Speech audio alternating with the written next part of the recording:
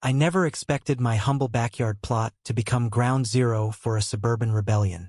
That Saturday dawned bright and warm, the sun painting the raised beds of vibrant green as tomatoes, peppers, and kale waved beneath the breeze. Neighbors milled around sampling freshly picked cherry tomatoes, nodding in approval as I explained how I'd used heirloom seeds and sustainable compost.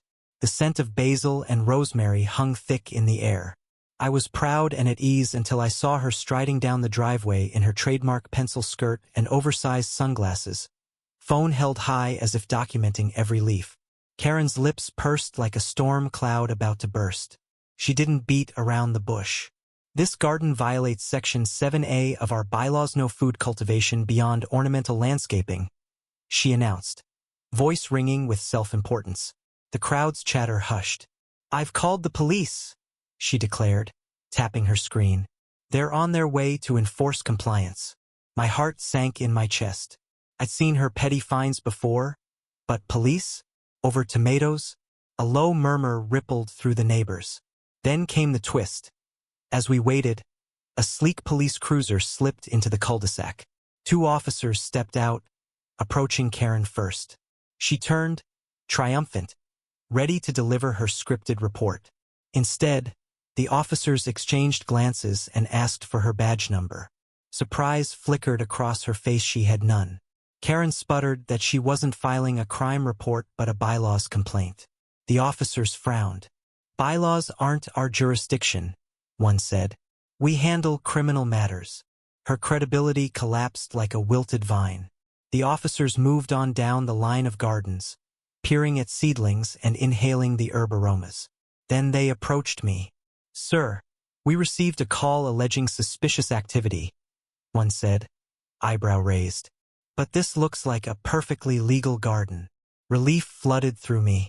I offered them a sample of fresh pesto and explained the soil amendments. They smiled and complimented the communal spirit. A second twist struck. Just as they were about to leave, Mrs. Nguyen, our revered local market owner, pulled up in her pickup, laden with crates of produce. She strode over and whispered something in the officers' ears. They nodded solemnly and left with wave of thanks. The crowd turned, looking at Mrs. Nguyen in awe. She cleared her throat and raised her voice. Karen, you've cost this community thousands in wasted police time. And now I'm banning you from my farmer's market. Town policy is mutual respect or no stall. Karen's mouth opened, then snapped shut. The collective gasp of the neighborhood felt like thunder. I stepped forward, pride surging. Thank you, I said, meeting Mrs. Nguyen's eyes. The gathering erupted in cheers, and Karen's smartphone fell to the ground. She bent to pick it up only to find the screen full of enraged messages from market vendors. No entry. Unwelcome. Community ban. As her cheeks burned, I felt the sweet victory of justice served. But the saga didn't end there. Karen retreated to the sidewalk, pulling out her tablet to craft a public statement on the HOA forum. As she typed, a chorus of neighbor voices drifted behind her, proposing creative retaliation measures. A potluck reprisal, a garden alliance petition, even a petition to convert Karen's own rose bushes into community allotments. She glared at the tablet screen, her face redder than a ripe tomato.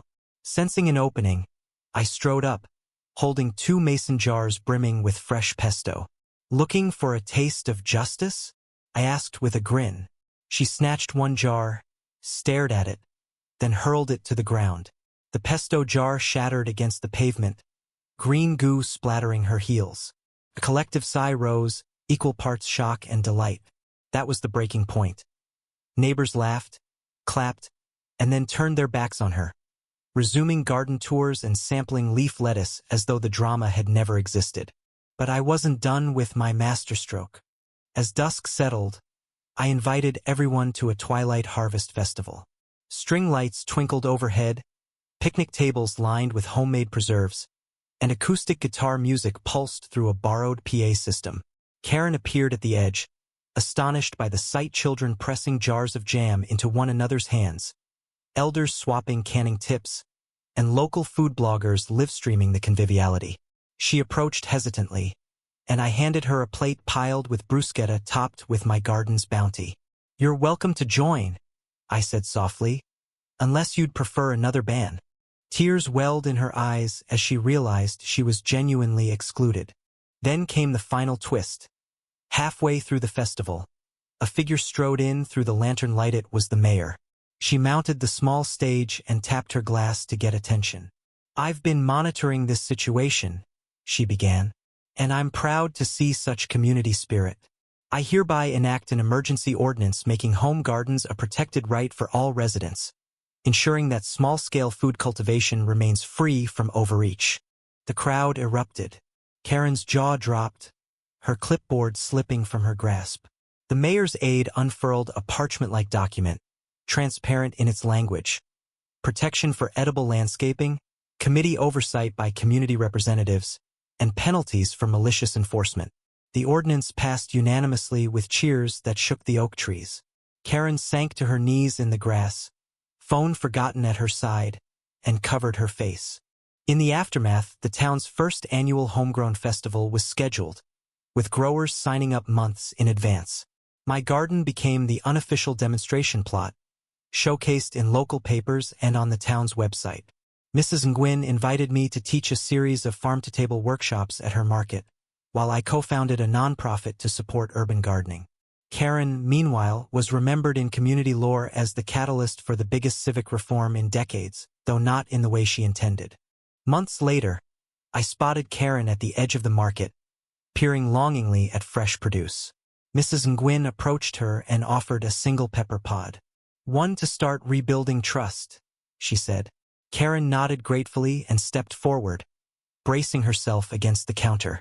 It wasn't forgiveness they weren't at that point yet, but it was beginning. Standing beside my raised beds under the midday sun, I reflected on the chain of events. What had started as a battle over a few tomato plants had ignited a movement for food rights and community solidarity. I placed a small wooden sign near the garden's entrance.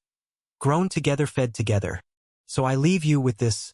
Was calling out Karen's abuse of power the height of necessary justice, or a harsh measure that trampled civility? Did banning her from markets go too far, or was it the rightful harvest of her actions? Share your verdict below. Justice served or community overreach. As the moon rose and the harvest festival wound down, I lingered by the garden gate, the crisp night air carrying the scent of damp earth and fading laughter. A group of neighbors gathered around me, their voices soft but animated.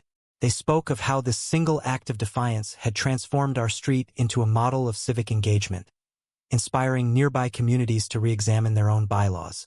One elderly man confided that he planned to introduce a bill at the county level to protect private gardens across the state.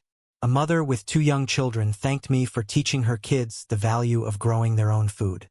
Yet amid the praise, I sensed an undercurrent of reflection. Some wondered if wielding social exile and market bans set a dangerous precedent. I turned to see Karen emerging from the shadows, her face pale but determined. In her hand she held a small seed packet. She approached hesitantly, avoiding eye contact, then paused beside the gate. I thought I knew what community meant, she said in a subdued voice, but I lost sight of compassion. I'm sorry for everything I put you through. She dropped the seed packet into my outstretched hand without looking up. Plant these if you like. The gesture, simple yet profound, felt like an olive branch in moonlight. Just then, Mrs. Nguyen appeared, carrying a lantern. She smiled warmly at Karen. Good to see you here, she said. Let's all plant something together tomorrow. The tension dissolved as neighbors joined in, forming a circle around the garden. We planted the seeds in unison.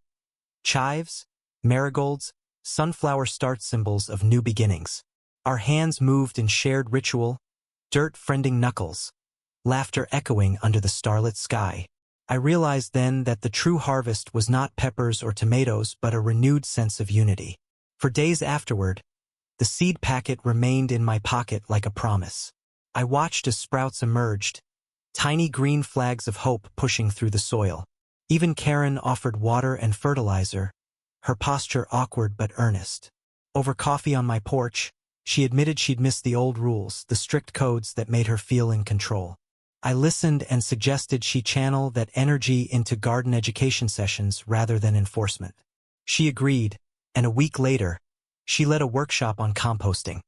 Her hands shaking with nerves but her eyes shining with purpose.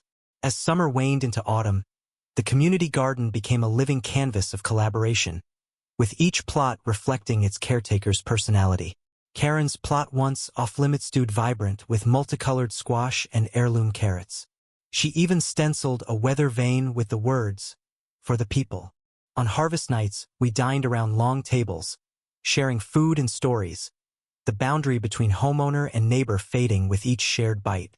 I sometimes caught Karen watching from a distance, a soft smile on her lips, and I felt gratitude for the conflict that sparked change, for the tension that birthed empathy, for the bitter confrontation that yielded sweet fruit.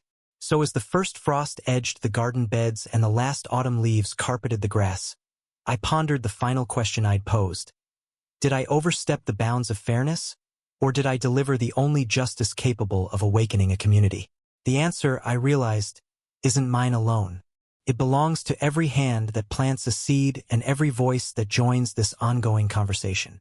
Now it's your turn. Share your verdict and plant your opinion below.